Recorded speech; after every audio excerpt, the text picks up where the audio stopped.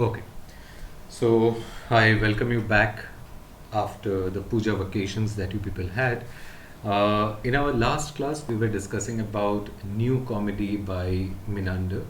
Menander was actually considered to be the exponent of new comedy. I think if you haven't gone through the previous video, please go through it to understand what old comedy and new comedy was all about. Okay, today we'll be moving to Roman comedy. As last day in our previous class, as I told you, I showed you the map of Grecian civilization as well as the Roman Empire that comes after the Grecian civilization. Okay, and যেটা আমি আগের দিন ম্যাপে তোমাদের দেখিয়েছিলাম, if you haven't seen it, kindly refer to the previous videos that we had published on YouTube. So you found in that particular map that after the Grecian civilization, the Roman Empire comes to the fore, and with the Roman civilization comes Roman drama, Roman comedies, as well as Roman tragedies. Now, the one thing that we need to clear here is when you go through the syllabus, you will find that there is this term called classical drama. So if someone asks you what classical drama is all about, what comprises classical drama? Classical drama में actually है क्या? Classical ড্রামাতে মানে classical drama কাকে বলে যদি কেউ জিজ্ঞেস করে তাহলে তার আনসারটা কী হবে? You need to remember যে আমাদের when we were going through our previous classes, when we were dealing with writers like Aeschylus, we were dealing with writers like Sophocles, we were dealing with writers like Euripides. These are three tragedians who were writing their tragedies during the Grecian period. I repeat the names again: Aeschylus, Sophocles, and Euripides. Okay, these people were writing tragedies during the Grecian age, and who were writing comedies? The people, the dramatists who were writing comedies. As we know, old comedy, the major exponent of old comedy was Aristophanes or Aristophanes, and new comedy, the major exponent of new comedy was Menander. Okay, so this is what the Grecian age was all about. It was about three tragedians and two comedians. Now, when Roman civilization begins, we find that Latin texts come to the scene. Okay, Latin is actually a language of Rome. So the writers who belonged to the Roman age were Seneca, who was writing tragedy. Seneca, the spelling of Seneca is Seneca, Seneca. And the other two writers that I will be mentioning today are actually comedians. They were comic writers. The first one is Plautus, as you can see the name of Plautus on the very screen that I have presented before you, Plautus. And the other one was Terence, Terence. In fact, Terence is one of the most familiar names in Indian households. People who watch Dance India Dance and those sorts of things, you have a judge called Terence in it. Now, I'm not talking of that Terence, but only to remember the name, I actually associated it with this Terence. So, comedies were written by Plautus and Terence, and tragedy was written by a man called Seneca, Seneca.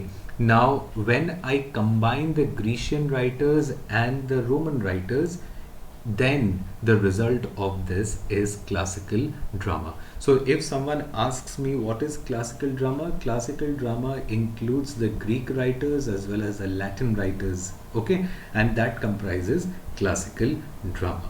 I suppose the point is clear to you. I suppose it is clear what classical drama is all about. What comprises classical drama is what I was discussing about. Now we move on today. We discussed about old comedy in our previous classes. We discussed about new comedy. Today we will be discussing about Roman comedy, and we will try to see the major influence that Roman comedy had on itself. Okay, we will look into the fact that which particular comedy influenced Roman comedy. Was it the old comedy or the new comedy? So let us enter into our class today. So the heading for today's class will be Roman comedy. These are some of the points that I have mentioned here. The Roman comedy was influenced by Greek comic theatre when the Romans conquered Greece. I think the point is very clear that Roman comedy was influenced by Greek comic theatre when the Romans conquered Greece. Okay, so Greece was conquered by Romans. This led to several Latin adaptations of Greek comedy. Now, Greek comedies were adapted into Latin by the Roman dramatists. Okay, adaptation means you take something from the Grecians and then you apply your own little elements to it. That is what adaptation is. I suppose there are three terms. I suppose we discussed about those three terms in our previous classes. The first term was adopt, ADOPT. The second term is adapt, ADAPT, and the last term is adept, ADEPT. Now, adopt means suppose someone does not have a child, so he or she adopts a child, a complete child. Okay. Now, the second stage is adapt. Adapt means I have certain elements with me, but some of the elements I have to borrow from someone. So I borrow certain elements from Greek comedy and I also apply my own little elements to it. So that is called adaptation. Adaptation means taking something from the other person and also including your own element in it. This is adaptation. And the last one is adept, ADEPT. Now, adept means a completely original piece of work. You are not influenced or you are not borrowing certain elements from other people.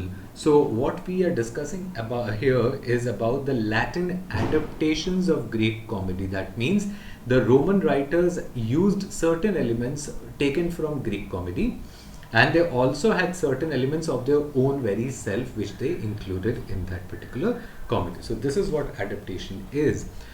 Now, the Roman playwrights rewrote and adapted the plays into Latin, keeping the scene of the action in Athens, but introducing Roman characters and topical situations. तार माने होच्छे Roman जो प्लेराइट्स थे इन लोगों ने Greek जो drama है उसको अडेप्ट किया ताकि अडेप्ट कर लो निजेर भाषाয় নিয়ে এলো they started writing in Latin ঠিক আছে the scene of the action মানে the setting of the play is Athens and as we know Athens is in Greece. Athens is not in Rome, it is in Greece. So the setting of the play remained in Athens. তাহলে আমার কি মানে रोमन्सদের নিজের কি Romans का अपना क्या था वो अपने कैरेक्टर्स लेके आए रोमन कैरेक्टर्स नहीं एसे या टॉपिकल सिचुएशंस माने situations which have a kind of a immediate relevance. Suppose if I write a play on coronavirus today, so it will be a topical situation because I am writing about something which has an immediate relevance in my society or in our society. So this is what adaptation is all about.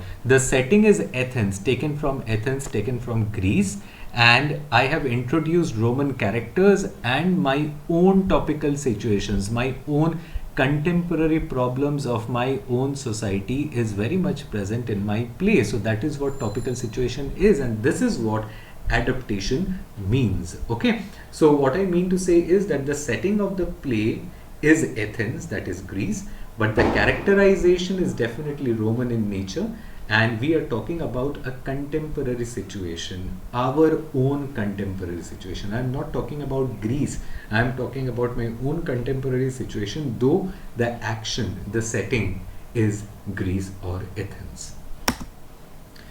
Now the Roman plays were performed for the general public thrice a year. মানে বছরে 3 বার এই নাটকগুলো perform করা হতো Roman প্লেজের কথা আমি বলছি গ্রিসিয়ান plays নয় The Roman plays were performed for the general public thrice a year. Okay, they were also performed at times of celebration as when a higher official took up a new charge. Now suppose someone has got a promotion, ठीक है, तो in order to celebrate his promotion, Roman plays were performed. So Roman plays were generally performed for the public thrice a year. But suppose अगर किसी को promotion मिल गई है या किसी का कुछ हुआ है अच्छा, कोई नया चार्ज लेने आया है, तो उस समय भी सेलिब्रेट करने के लिए रोमन प्लेस दिखाए जा सकते थे या दिखाए जाते थे. Okay. And the actors were often slaves who could hope for freedom if they impressed an important official with their performance.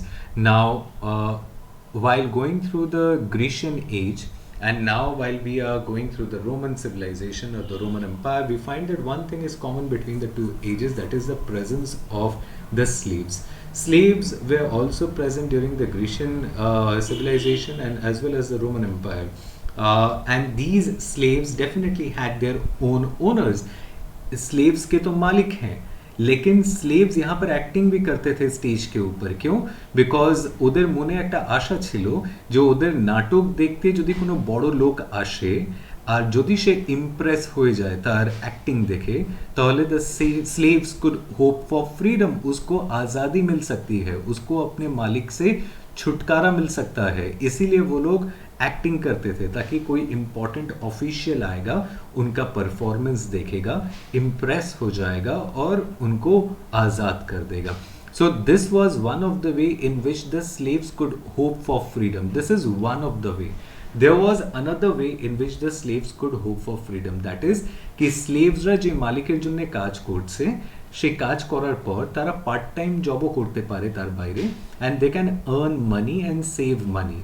After saving money they can buy their freedom from their owner. मतलब जो पैसा वो लोग save करेंगे बाहर काम करके, वो सेव करेंगे, वो अपने पास रखेंगे, ठीक है, जो अर्न करेंगे वो सेव करेंगे और उसी पैसे के साथ अपनी आज़ादी खरीदेंगे. মানে সেই টাকাটা মালিককে দেওয়া হবে আর মালিক তাকে ফ্রি করে দেবে. তো these were the two ways in which the slaves could actually hope for freedom in that particular society.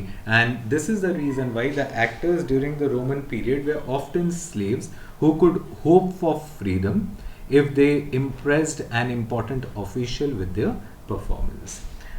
The Roman theatre was modeled on the Greek theatre. This is a point that is repeated again because we did discuss about it in our earlier slide. Now, unlike the Grecian theatre or what we call the Athenian theatre, the audience of the Roman theatre was not representative of all classes. When I use the word classes, classes as we know in our society is divided into the upper middle class, the lower middle class, the working class, the proletariat, the capitalist, the bourgeois. ठीक है, तो our society is actually divided into many classes. Okay, but when we go through the Roman society, we find that the audience, जो लोग ये नाटक देखने आते थे, they were not representative of all the classes. Usually कौन आता था नाटक देखने?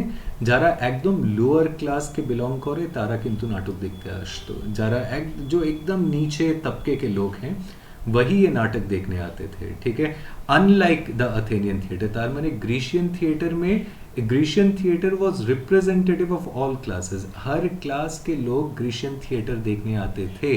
लेकिन when you compare Athenian theatre to the Roman theatre, you will find that the audience comprises only of the lower classes. And definitely when lower class people come to the theatre, what happens is they will expect something which is very indecent kind of a thing, very vulgar kind of a thing, very coarse kind of a thing, because that is the thing that will kind of hold their attention. अगर यहाँ पे कुछ sexual या vulgarity या rudeness नहीं होगी तो इनका अटेंशन आप अट्रैक्ट कर ही नहीं सकते हैं, आप इनका अटेंशन कभी होल्ड कर ही नहीं पाएंगे. तो इसीलिए देखो, the second point that I have mentioned in the slide is the Roman audience largely comprised of main from lower classes. The point is clear. To cater to this audience, the comedy was coarse and vulgar. Definitely drama देखते যদি এই রকম লোকেরা আসে, lower class people রা আসে, তাহলে what kind of comedy will I write? As a dramatist, I will definitely try to write a comedy which is very vulgar, which deals with sexuality, harassment, rudeness. ठीक है. Why am I doing this? Because being a dramatist I am also a businessman. मेरे नाटक को तो चलाना पड़ेगा, तो कौन देखने आएगा नाटक? सोफिस्टिकेटेड क्लास का आदमी तो देखने आ नहीं रहा है. तो इसलिए मुझे ऐसा नाटक लिखना है कि जो लोअर क्लास पब्लिक है उसको मैं अट्रैक्ट कर सकूं. And such was the nature of these particular audiences कि सपोज नाटक চলাকালীন বাইরে থেকে কোনো লোক এসে যদি থিয়েটার বলে अरे चो चो বাইরে ঝগড়া হচ্ছে, चलो बाहर लड़ाई हो रही है, या कोई टाइट रोप वॉकर है जो रस्सी के ऊपर कोई जिम्नास्टिक दिखा रहा है, এরা মাঝখান রাস্তায় নাটক ছেড়ে চলে যাবে বাইরে ওই ঝগড়াটা देखते. মানে such was the nature of this particular crowd कि अंदर नाटक चल रहा है उसको छोड़ के वो लोग बाहर चले जाते थे, चलो झगड़ा देखने जाएंगे. That is far more interesting than this particular play. And this is the reason why the dramatist usually wrote comedy which was coarse and vulgar. যেটা অডিয়েন্স পছন্দ করে সেটাই তাদেরকে দেখানো হচ্ছে. Otherwise what will happen is they will move out of the theatre houses to watch women fight, to watch people fight, to watch a rope trick or a gymnastic taking place. So the Roman dramatist also had to make sure that he could hold his audience's attention, since they would leave the moment they were distracted by anything more interesting. মানে যদি বাইরে থেকে কেউ এসে বলে যে চলো বাইরে wrestling match হচ্ছে, these people would run away from that particular place to watch that wrestling match. তাহলে নাটক দেখবে কে? ঠিক আছে. This was the nature of the audience during the Roman period. Now, given the composition of the audience, the Roman dramatist gave a prologue at the beginning of the plays. Now, definitely you find a technical term called prologue. Prologue is a speech given at the beginning of the play. Okay. Now, prologue er opposite होते epilogue. Prologue का opposite होता है epilogue, जो play के बाद में आता है. प्ले शेषे যেটা আসে সেটা হচ্ছে epilogue. EPILOGUE. আর নাটকের শুরুতে যেটা আসে সেটাকে আমরা বলি prologue. So given the composition of the audience, the Roman dramatist gave a prologue at the beginning of the play. prologue actually बोला की होते. prologue में क्या कहा जाता है? prologue में actually जो कहानी दिखाई जाने वाली है, যে গল্পটা নাটককার দেখাবে বা নাট্যকার দেখাবে, সেটার একটা সামারি আমরা পাই, যে আমরা কি দেখতে পারি বা কি এক্সপেক্ট করতে পারি সেটাকে प्रोलॉग बोला হয়. हम लोग क्या एक्सपेक्ट कर सकते हैं इस कहानी से, प्रोलॉग में ये बताया जाता है. ठीक है. तो prologue at the beginning of the plays which explained the story and gave hints about how the plots would unfold. So Plautus's plays have prologue by a character of the play. In fact, when we will go through the text called The Pot of Gold written by Plautus, we will find that there is a prologue. And who is the speaker of the prologue? The speaker of the prologue is actually a god, household god, जिसका नाम था, the name of that particular household god is Lar Familiaris. Lar Familiaris. We will come back to those characterizations later on, but there is this character by the name of Lar Familiaris who comes on stage before the play begins and he gives a prologue. So Plautus's plays have a prologue by a character of the play which introduces the audience to the complications of the plot. So the prologue will actually give a hint as to what is going to happen in the story. Now, who were the major exponents of Roman comedy? The major exponents of Roman comedy, as I told you, Plautus and Terence were the writers or the major exponents of Roman comedy. Now, talking of the stage that we had during the Roman period or the Roman dramatizations, the stage was a plain platform. Okay, it was a plain platform with a wall as a background. So there is nothing very kind of spectacular about the stage on which the actors were actually acting. It was a plain platform. Or pechone ekta deyal which acted as a kind of a background. Okay. As I told you earlier that Plautus used Athens as the scene of his plays. The setting is Athens, but he picked characters, dialogues, situations which the audience could identify with and enjoy. The audience who have actually come to watch Plautus's play will identify themselves with the characters. Cano, because those characters are typically Roman in nature. The dialogues are definitely written in Latin.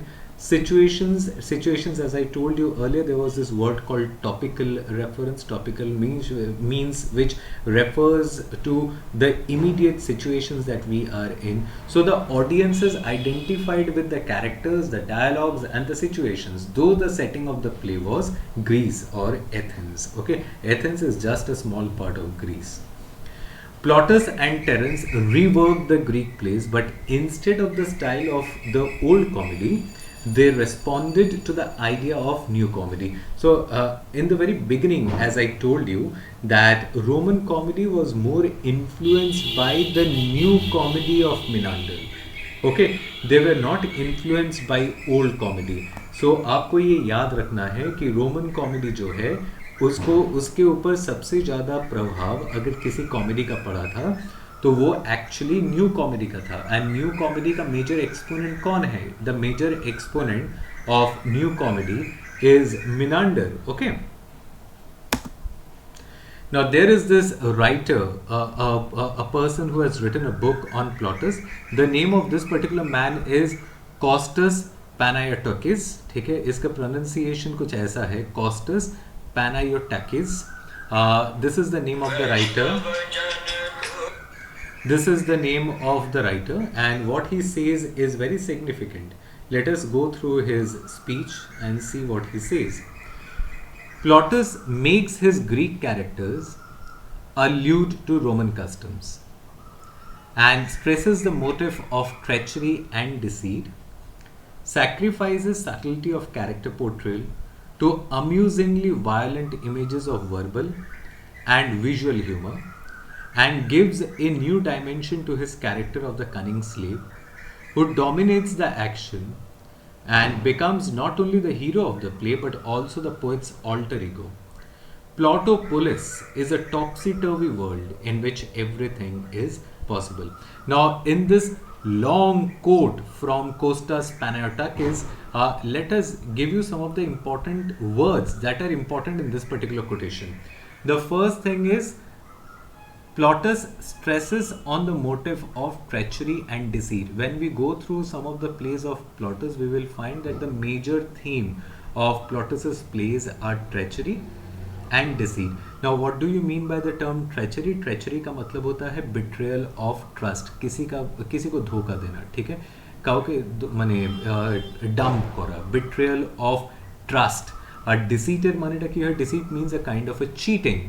Deceit means cheating. Okay, so the major theme of Plautus's plays are treachery and deceit. ठीक है, this is the most important point. And the second important point is, in many of Plautus's plays you will find the character of a cunning slave. ठीक है, अगर आप ऊपर से 5 line नीचे जाएंगे तो you will find that there is a character of the cunning slave who dominates the action and becomes not only the hero of the play, but the cunning slave becomes the hero of the play and also the poet's alter ego. Now, what do you mean by the term alter ego? माথায় রাখবে, alter ego means a person who behaves almost as similarly to you. जैसे तुम हो, तुम्हारा character भी वैसा ही है. माने the poet, the dramatist who is writing this particular character has created a mirror image of himself. वो खुद जैसा है रियल लाइफ में, वैसा ही कैरेक्टर उसने नाटक में भी लिखा है. तो সেটাকে আমরা অল্টার ইগো বলি. ওকে, so the slave, the character, you also find the character of a cunning slave who dominates the action and becomes not only the hero of the play but also the poet's alter ego. I hope this point is clear. আর last line যেটা বলা হয়েছে, দেখো লেখা আছে, Plautopolis is a topsy-turvy world in which everything is possible. Now, Plautopolis, you can divide this word into two parts. Plautus থেকে এসছে Plauto, Plautus से आया है Plauto, और पोलिস का मतलब है সিটি স্টেট. মাথায় রাখবে, আমরা যখন গ্রিক ট্র্যাজেডির ইন্ট্রোডাকশন পড়ছিলাম, I told you that the meaning of the word polis, P-O-L-I-S, polis means city state, C-I-T-Y, city state, S-T-A-T-E. ता माने राइटर की कोरलेन, ये जो राइटर है यहाँ पर कोस्टस पैनायोटोकिस, उन्होंने क्या किया है, उन्होंने प्लॉटस और पोलिस को ज्वाइन कर दिया है, कंबाइन कर दिया है. And the new term is, जो नया वर्ड बना है उसको कहा गया है प्लॉटोपोलिस. तो प्लॉटोपोलिस का मतलब है ऐसा राज्य जो প্লটাস কাহে, ঠিক আছে? কোন রাজ্যের কথা বলা হচ্ছে? এই যে নাটকগুলো প্লটাস লিখেছেন সেই মানে সেই নাটকগুলোকে পোলিস বলা হচ্ছে। পোলিস মানে সিটি স্টেট বা রাজ্য, ঠিক আছে? আর what kind of a world is that? It is a topsy turvy world. মানে প্লটাস যেই ধরনের নাটক লিখেছেন, प्लॉटस ने जिस तरह के नाटक लिखे हैं, जिस तरह की दुनिया के बारे में लिखा है उस नाटक में, it is a topsy turvy world. Topsy turvy माने अटर कंफ्यूजन, की होच्छे बोझा जाच्छे ना, क्या हो रहा है कुछ समझ में नहीं आता है प्लॉटस की दुनिया में, ठीक है? It is a topsy turvy world in which everything is possible, कुछ भी हो सकता है प्लॉटस की कहानी में। तो इसीलिए कॉस्टस पैनाटोकिस ने कहा है कि प्लॉटोपोलिस, माने उन्होंने तो पूरा एक जगह का नाम ही बना दिया है प्लॉटस के नाम पे, प्लॉटोपोलिस, और कह रहे हैं कि प्लॉटोपोलिस एक ऐसा राज्य है जहाँ पे सब कुछ कंफ्यूज्ड स्टेट में है और वहाँ पे आप कुछ भी एक्सपेक्ट कर सकते हैं, इन विच एवरीथिंग इज पॉसिबल। माने ऐसा भी हो सकता है कि कैडबरी जो है वो पेड़ पे उग रहे हों, ठीक है? तो jokes aside, so Plautopolis is a topsy turvy world in which everything is possible. So these are some of the points that Costas Panayotakis talks about Plautus or says about Plautus. Now, while we move into the Pot of Gold written by Plautus, now the Pot of Gold is set in Athens. Okay, the play is set in Athens, and yet the themes and issues are Roman. Now, this is a point that I think by now you are quite completely familiar with, because Plautus का हर नाटक जो है उसका setting Athens है।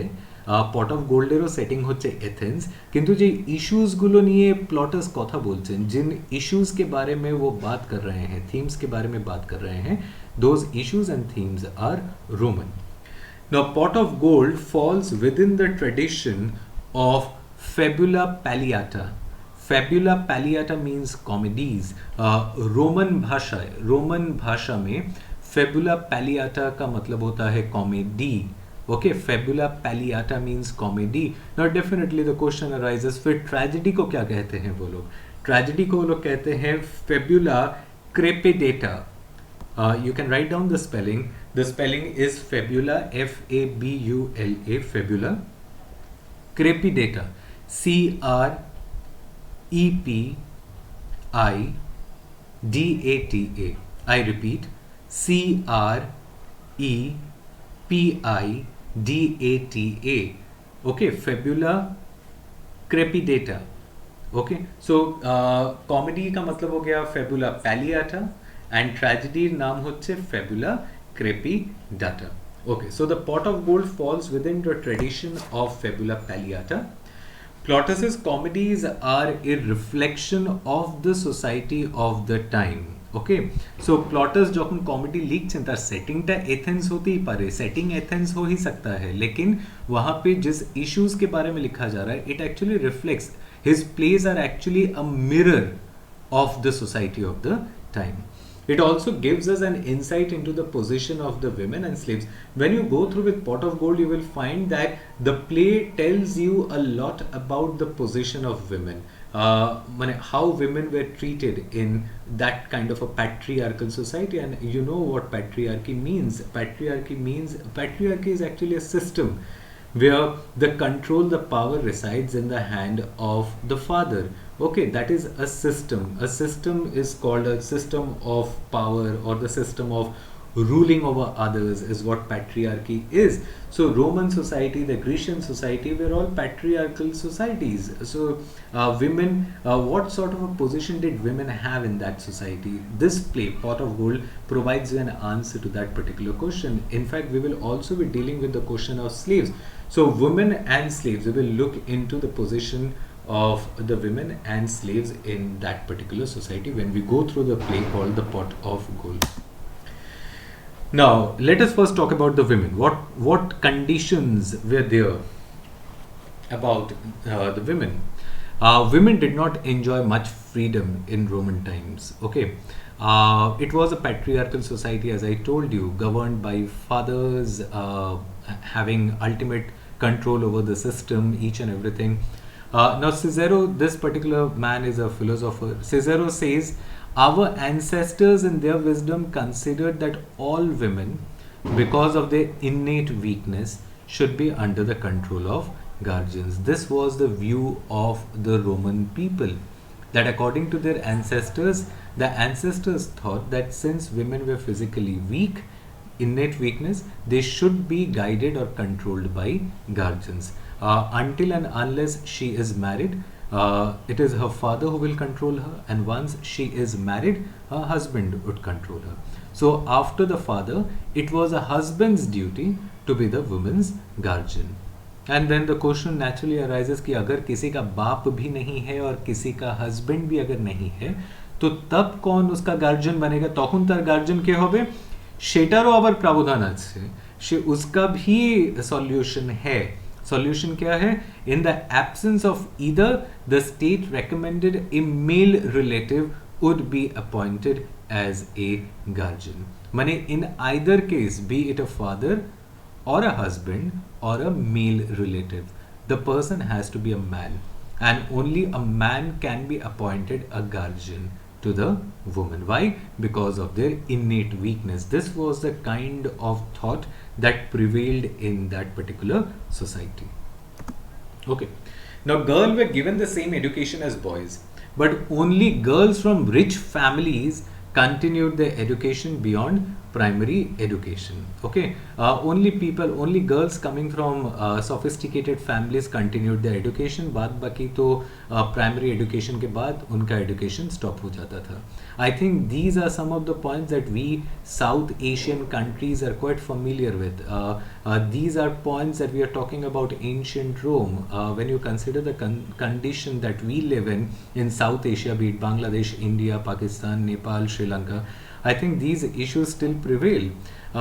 Most of them do not get the secondary education. Most of the girls do not have the chance to move to the secondary education schools. Marriages were arranged. Girls were given dowries. I think the tense that I have used here is the past tense for the Roman civilization people. But in the case of our country, like India, Pakistan, and as I told you about South Asian countries, I think marriage is arranged. The tense has to change. Marriage is arranged.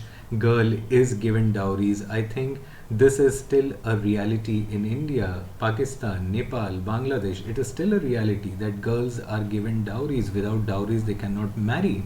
Okay. So according to Roman custom, the marriages of girls were arranged at young age. Again, this is one of those points जो Indians को कभी भी awkward नहीं लग सकता है. We are not shocked by it because आज भी हमारे कई गांव में ऐसे रीति रिवाज हैं जहाँ पर बचपन में ही गौना हो जाता है. तो kind of, and the wedding took place when she became an adult, and this point is very much related to Indian culture too. Interestingly, marriage gave the Roman woman immense freedom. Now the point is this, कि definitely she is governed by the father when she is unmarried, and when she is married she is governed by her husband. But after marriage, a particular Roman woman also gains a little amount of freedom which was not there when she was unmarried. मतलब शादी के बाद Roman औरतों को थोड़ी आज़ादी मिलती थी जो शादी के पहले नहीं थी. कैसी आज़ादी? A Roman wife would be a husband's companion at all social ceremonies. ठीक है, वो अपने हस्बैंड के साथ कहीं भी जा सकती थी शादी से पहले, लेकिन वो कहीं नहीं निकल सकती थी. In fact when you go through the pot of gold written by Plautus, you will find कि we have a girl, एक लड़की है, एक्टर मेके पाबो আমরা, মেয়েটার নাম হচ্ছে Phaedra. The name of the girl is Phaedra. Phaedra has been raped by a boy. Phaedra does not know the person who has raped her, but the boy knows the girl. ठीक है, लड़के को पता है उसने किसका molestation किया है या किसका रेप किया है, लेकिन लड़की को नहीं पता है. And she becomes pregnant. ठीक है, she becomes pregnant, but never in the play does the girl comes on stage. We talk about the girl, the characters coming on the stage, they talk about the girl, the unmarried girl Phaedra, who is pregnant, but we never see the girl on stage. Cano? Because unmarried girls did not have the freedom to move around freely. Only when she is married can she accompany her husband at social ceremonies. So Phaedra, though she is raped by a boy, Though she is pregnant, we can hear her scream when she is giving birth to the baby, but we will hear her scream. हम लोग उसको चीखते हुए सुनेंगे जब वो बच्चे को जन्म देती है, लेकिन वो कभी भी स्टेज पे नहीं दिखती है. She is not seen on stage. Okay. She would be seated next to her husband at banquets and shared control over children, slaves and households. তো রোমান ওয়াইফ বিয়ে করার পরে এই ফ্রিডমসগুলো ওরা পাচ্ছে, নিজের সন্তানের ওপরে ফ্রিডম, স্লেভসদের ওপরে অর্ডার চালাতে পারবে, পুরো বাড়িটাকে সামলাবে. Often it was she who supervised the slaves. So these freedom were given to her only once she was married to someone. ठीक है. और रोमन वाइफের উপরে তাহলে who is the guardian of the Roman wife? Definitely the husband. Hierarchy सबसे important family में कौन होगा? फिर हस्बैंड ही होगा, since it was a patriarchal society as such. Now that was a condition of women. Now talking of slave labor was common in Roman society. Slaves were either captured from the losing side of war or bought from province like Turkey. মানে either যুদ্ধে যারা হেরে গেছে তাদেরকে slaves করে আনা হতো, বা टर्की बोले जाएगा থেকে स्लेव्स केना होतो. ठीक है. या तो युद्ध में कोई हार गया तो उसको पकड़ के स्लेव बना लो, या आप खरीद के भी ला सकते हैं टर्की से. Roman economy depended on the exploitation of slaves. ठीक है. Grecian economy also depended on the exploitation of slaves. ठीक है.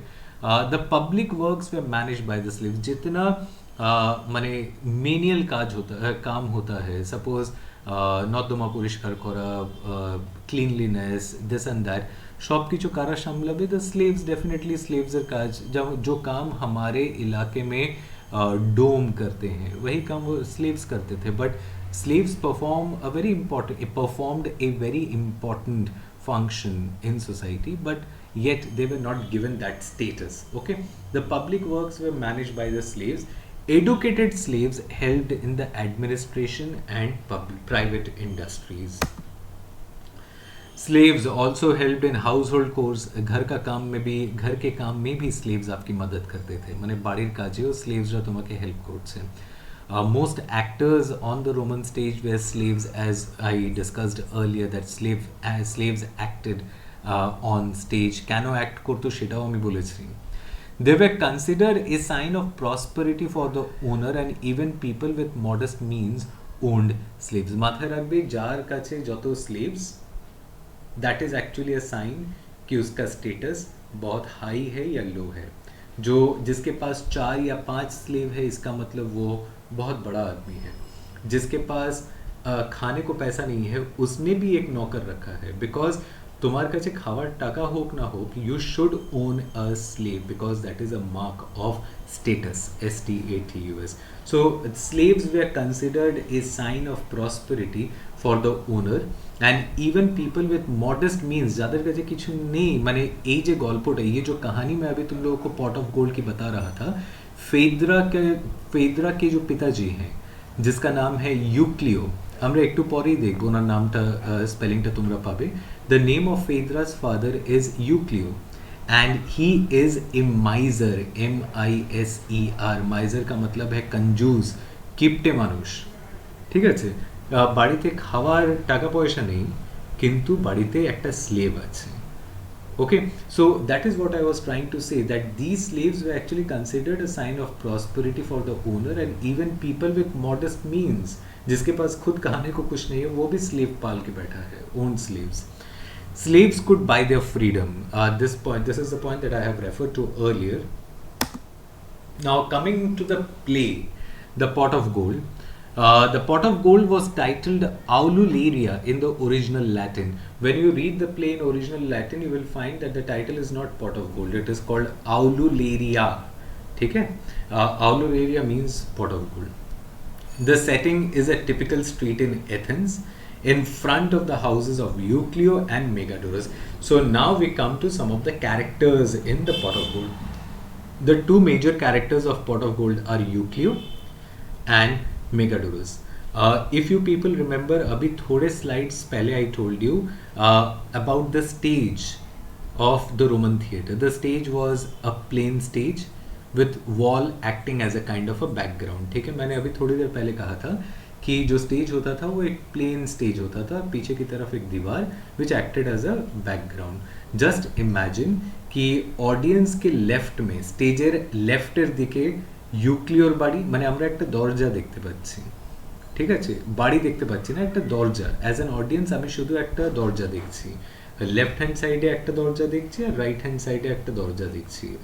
राइट में एक दरवाज़ा देख रहे हैं और लेफ्ट में एक दरवाज़ा देख रहे हैं.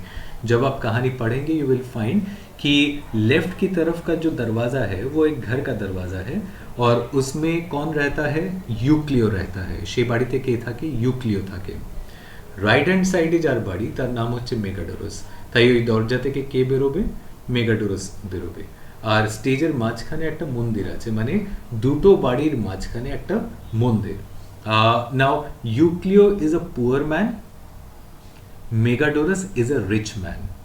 মেগাডোরাস কি भी उम्र है, তারও বয়স আছে, মেগাডোরাসের বিয়ে করেনি, মানে বুড়োই বলতে পারো, ঠিক আছে.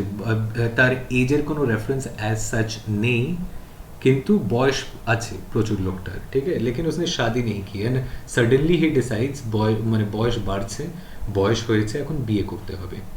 তাই বুড়ো মানে মেগাডোরাস আর ইউক্লিওর বয়স মোটামুটি এক. ओके. और यूक्लियोर একটা মেয়ে আছে, यूक्लियो की एक बेटी भी है जिसका नाम है फेद्रा.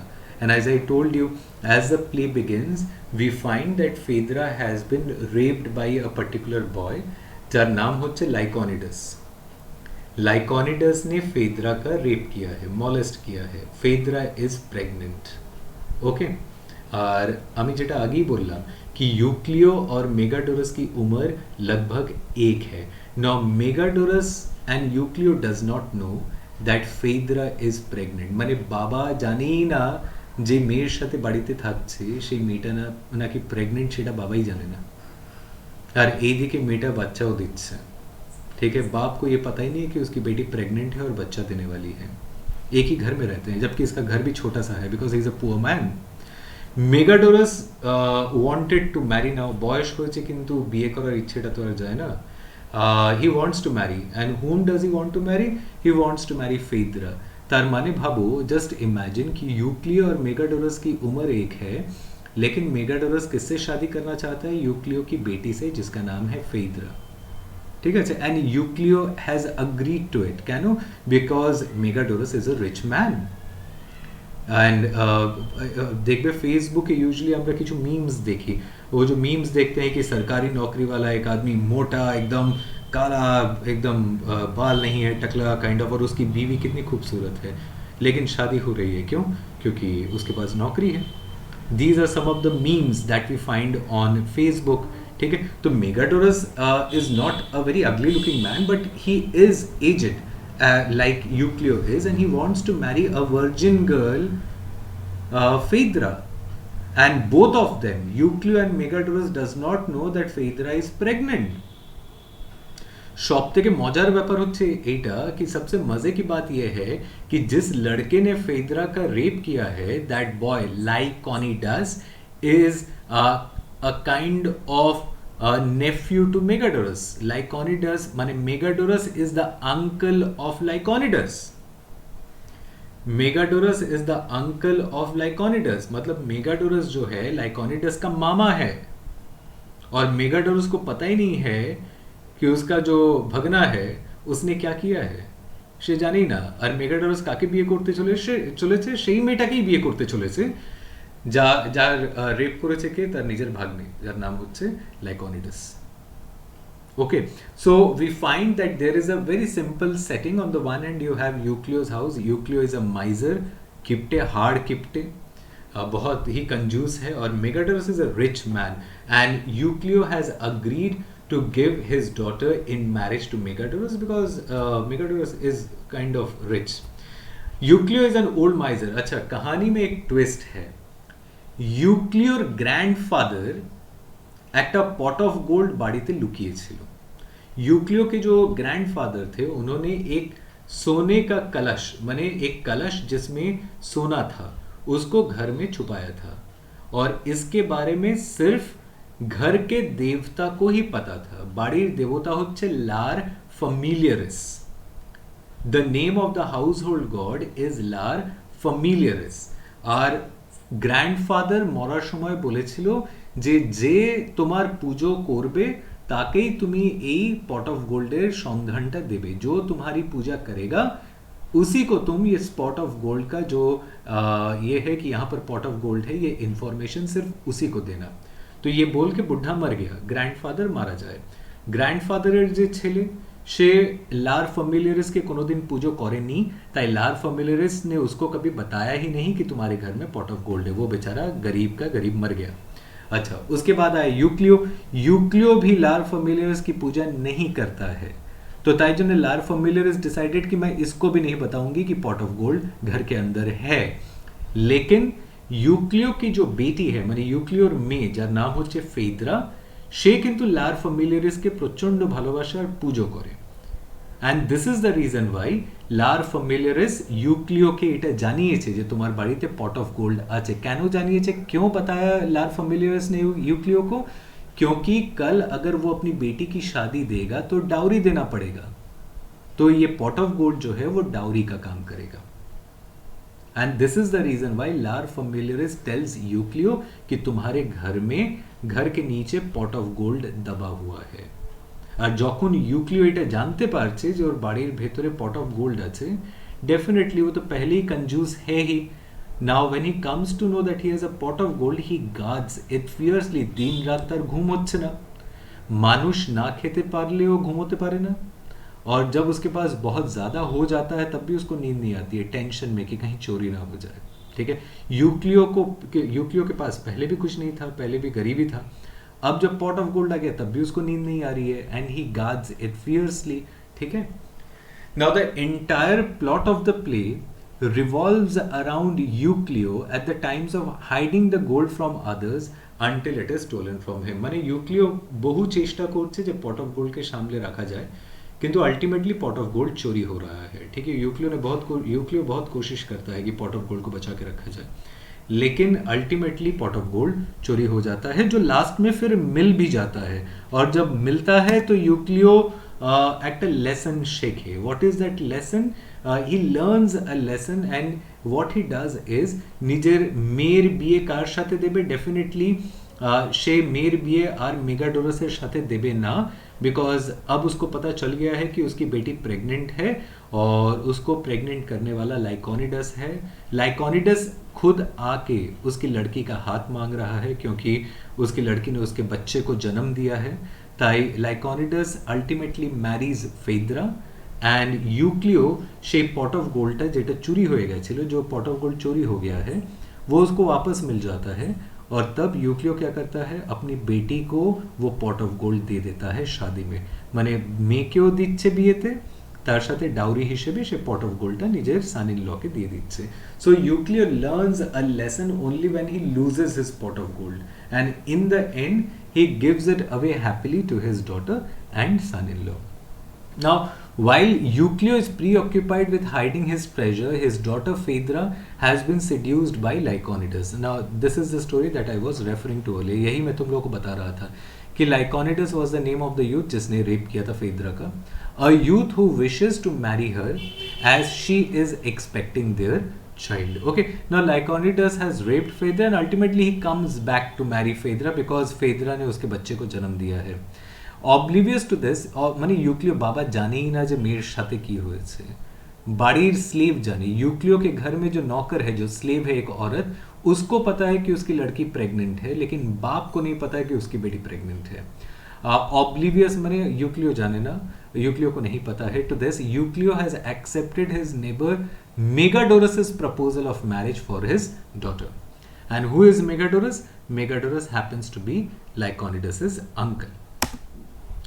Lyconidas confesses his love for Phaedra. Lyconidas সামনে আসছে আর মেয়েটার বাবার সামনে কনফেস করছে that he loves Phaedra, and while he does so, his slave steals the pot of gold.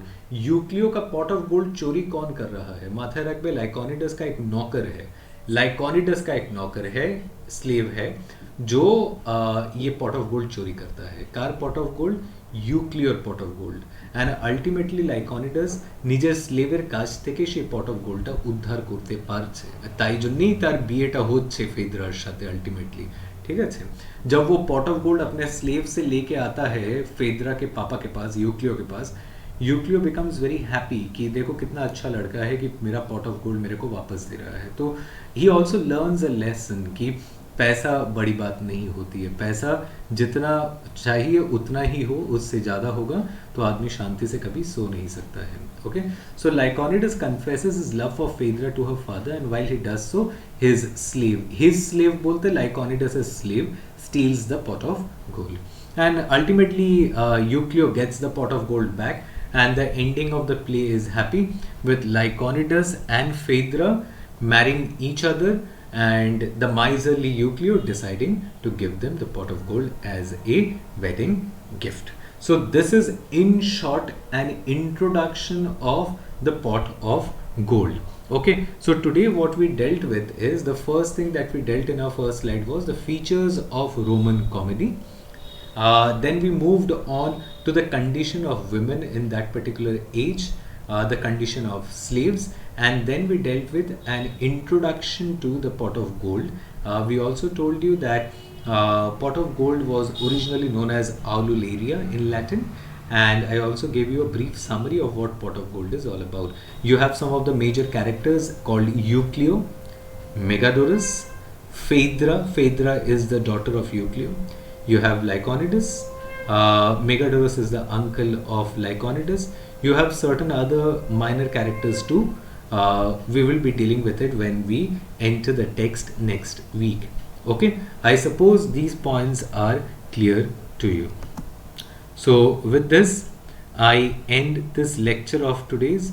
But before that, your assignment for this week will be, you need to write down the features of Roman comedy. The features of Roman comedy. So your assignment for this week will be the features of Roman comedy, and you need to send me this assignment by next Wednesday. Okay, so you need to write down this assignment and provide it to me by next Wednesday. So your assignment for this week is features of Roman comedy. With this, we end this class of ours. Hope you had a wonderful session. Thank you.